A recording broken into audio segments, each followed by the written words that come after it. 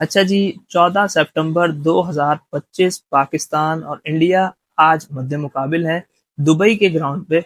और इस हवाले से इंडिया की स्ट्रेटेजी तो हम सबको ही पता है कि वो अटैक करेंगे, ओपनली हार्ड आएंगे। लेकिन पाकिस्तान की चांसेस इस मैच में कम ही नजर आते हैं। उसकी वजह यह है कि देखें, इंडियन टीम ऑन पेपर बहुत स्ट्रांग है और इस बार लोगों ने इस देश पे बहुत ज्यादा कोई उम्मीदें नहीं लगाई थी कि हम ही जीतेंगे, हम ही जीतेंगे। लोगों को पता है कि 70-30 की कहानी या 60-40 आप कर लो, इससे ऊपर की बात नहीं है। ऑन पेपर ऑफ पेपर कुछ भी देख लो, चीज ये है। लेकिन फिर भी देखें, अगर एक राइट प्लानिंग हो, और क्योंकि हर दिन हर बंदा अच्छा नहीं खेलता, तो भले नंबर वन की टीम हो, लेकिन कुछ अगर हमारी राइट प्लानिंग होगी और अगर हम उन्हें ट्रैप कर लेंगे तो पॉसिबल है कि हम भी ये मैच जीत सकते हैं। T20 में मैचेस अपसेट्स भी होते हैं, बहुत सारी चीजें भी होती हैं। तो T20 एक ऐसा फॉर्मेट है जिसमें कोई भी टीम किसी को भी हरा सकती है। ठीक है, तो अब चलते हैं थोड़ी पाकिस्तान की स्ट्रेटेजी की तरफ। सबसे पहले पाकिस्तान, अगर ये टॉस होता है और पाकिस्तान की सबसे पहले बॉलिंग आ जाती है, इंडिया बैटिंग करता है, तो पाकिस्तान को सिर्फ ये प्लान रखना है कि हमने कहीं ना कहीं इन्हें 170, 160, 175 यहाँ तक रिस्ट्रिक्ट करना है। ठीक है, यहाँ तक अगर हम रिस्ट्रिक्ट करेंगे तो हम मैच में हैं। अदरवाइज अगर ये 190, 200 कर जाएंगे इस पिच पे, तो फिर आपका कोई चांस नहीं है। ठीक है, ये सबको पता है। अब रिस्ट्रिक्ट करने के लिए जो शुरू के 6 ओवर होंगे, शुरू के जो 6 ओवर होंगे वो बहुत इंपॉर्टेंट होंगे पाकिस्तान की तरफ से बॉलिंग में।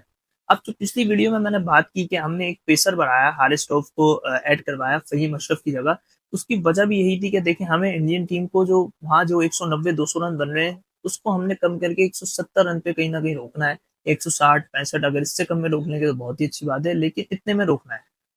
अब सीन ये है कि वहां पर इंडिया की तरफ से एक मच कॉन्फिडेंस दिया हुआ है भाई अभिषेक शर्मा को कि आप जाएं और पहली बॉल से हार्ड हिटिंग करें। गिल टाइम लेके खेलता है, वो अच्छी बैटिंग करता है मगर टाइम भी लेता है। लेकिन अब अभिषेक शर्मा जो है वो पहली बॉल से हिट करेगा। एक तरफ से आपके पास शाहीन अफरीदी होंगे, लेकिन अगर उस प्लेइंग 11 को आप देखते हैं तो आपके पास सेकंड बॉलर फिर साइम अयूब है, या या फिर नवाज है, या फिर आप कहीं मशरफ है। तो भाई हारिस रऊफ भी दूसरा ओवर कर सकते हैं, लेकिन अभी मुझे एक स्ट्रेटेजी पाकिस्तानी टीम की जो लग रही है, पहला ओवर शाहीन करेंगे, दूसरा साइम अयूब करेंगे, और तीसरा शाहीन करेंगे, और चौथा कहीं हारिस रऊफ कर सकते हैं। मगर एक स्ट्रेंथ जरूर होगी हारिस रऊफ की, और उन्होंने प्रीवियसली इंडिया के साथ खेला हुआ भी है, विकेट्स भी हैं उनके हैंड में। तो ये चीजें मैटर करती हैं, काउंट करती हैं, और एक पेस भी है। अब इंडिया तो, अगर हम शुरू के 6 ओवर में इंडिया के हम 2 विकेट निकाल लेते हैं या 3 निकाल लेते हैं, 2 अगर हम इंडिया के विकेट निकाल लेते हैं तो हम इस मैच में इन है। और अदरवाइज अगर हम विकेट्स नहीं निकाल पाते इंडिया के और वो 60-70 पे खड़े हुए हैं 6 ओवर में, तो फिर आप ये भूल जाएं कि हम इस मैच में वापस आ सकते हैं। तो मैंने यही कहा, शुरू के जो 6 ओवर होंगे पाकिस्तान की बैटिंग में भी और पाकिस्तान की बॉलिंग में भी, वो ही मैच को डिसाइड करेंगे कि मैच पाकिस्तान के पल्ले में है भी या नहीं। बॉलिंग में शुरू के 6 ओवर्स में आपको अर्ली ऑन विकेट्स लेनी पड़ेंगी। इस हवाले से प्लानिंग अप करनी पड़ेगी कि अभिषेक शर्मा को कैसे आउट करना है, गिल को कैसे आउट करना है। अगर आप 2 या 3 विकेट शुरू के पावर प्ले में ले लेंगे तो भाई नंबर वन टीम हो या नंबर कोई भी हो, अंडर प्रेशर भी आएगी, पैनिक भी करेगी। प्रेशर होता है और विकेट्स गिरती हैं तो जाहिर बात है रन रेट भी स्लो होता है, सब चीजें होती हैं। तो अगर कहीं ना कहीं पाकिस्तान 160, 165 में जिस तरीके से मैं बता रहा हूँ रोक लेता है, तो फिर ये है कि पाकिस्तान के पास एक चांस होगा कि भाई अच्छी बैटिंग करके इस मैच को जीता जाए।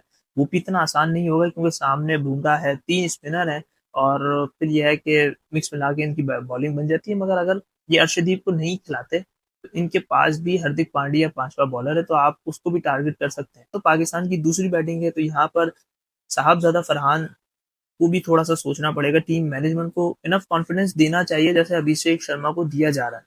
आप वैसे ही साहबजादा फरहान को कॉन्फिडेंस दीजिए, उसके बॉल अच्छा आता है बल्ले पर, लेकिन वो हर बॉल को मारने जा रहा है।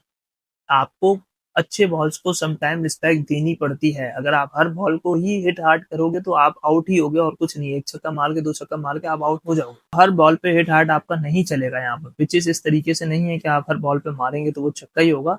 तो थोड़ा सा साहबजादा फरहान को ये चीज देखनी होगी। लेकिन अगर हम कहीं पावर प्ले, जैसे मैंने कहा 6 ओवर पाकिस्तान के लिए बहुत जरूरी है, तो अगर हम पावर प्ले में अपनी 3 विकेट्स खो देते हैं, 2 विकेट्स खो देते हैं, तो उसके बाद फिर 170 बनाना भी बहुत मुश्किल काम हो जाएगा।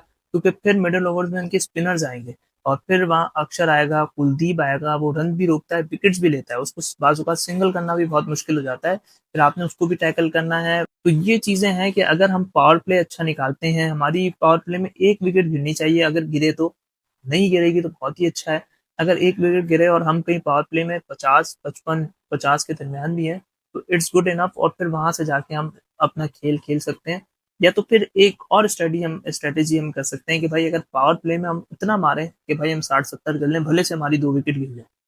तो ये चीज़ है कि जब आप 60-70 कर लेते हो पावर प्ले में, उसके बाद चाहे आपकी 1 विकेट गिरी भी हो, 2 हो, इवन 3 भी हो, टीमें इसको कंट्रोल कर लेती हैं और आखिर में जाके वो 180, 170 चेज़ भी करती हैं और वो बना भी लेती हैं। तो अगर पहली बैटिंग हो तब भी आपने 180, 175 रन करने हैं और कोशिश करनी है 170 तक आप जाएँ ही जाएँ, और अगर दूसरी बैटिंग में आपको इतना टारगेट मिलता है तो आप इतने रन्स को करें। अदरवाइज़ ये मैच मुझे ऐसा लग रहा है 160 या 180 के दरमियान वाला होगा।